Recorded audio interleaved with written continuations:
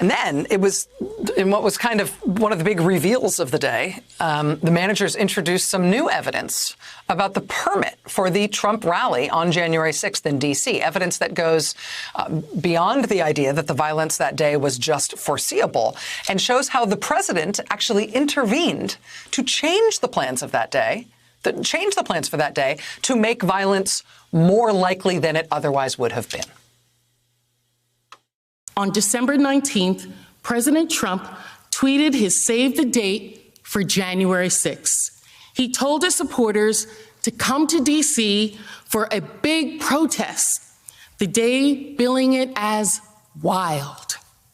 Just days later, Women for America First amended their permit to hold their rally on January 6th, pursuant to the president's save the date, instead of after the inauguration. This was deliberate.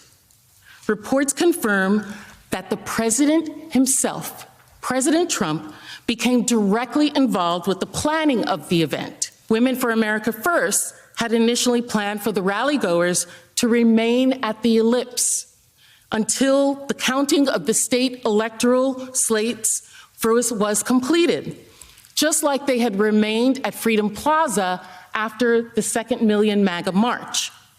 In fact, the permit stated in no uncertain terms that the march from the ellipse was not permitted.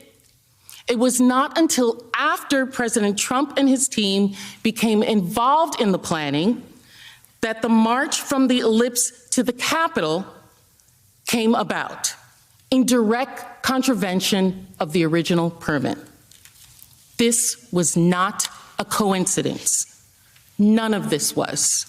Donald Trump, over many months, cultivated violence, praised it, and then when he saw the violence his supporters were capable of, he channeled it to his big, wild, historic event. He organized January 6th with the same people that had just organized a rally, resulting in substantial violence, and made absolutely sure this time these violent rallygoers wouldn't just remain in place. He made sure that those violent people would literally march right here to our steps, from the ellipse to the Capitol, to stop the steal.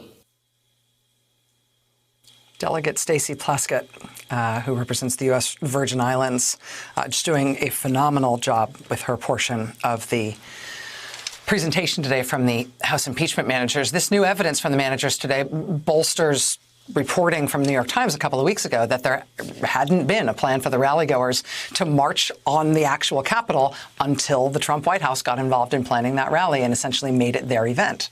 That is when they changed the plan, so the rallygoers would march from the rally grounds to the Capitol building because Trump wanted that. The New York Times had reported that within the last couple of weeks. Stacey Plaskett today in the Senate impeachment trial with the receipts showing that the permit, in fact, never had an accommodation for that. That was something the Trump White House wanted to do.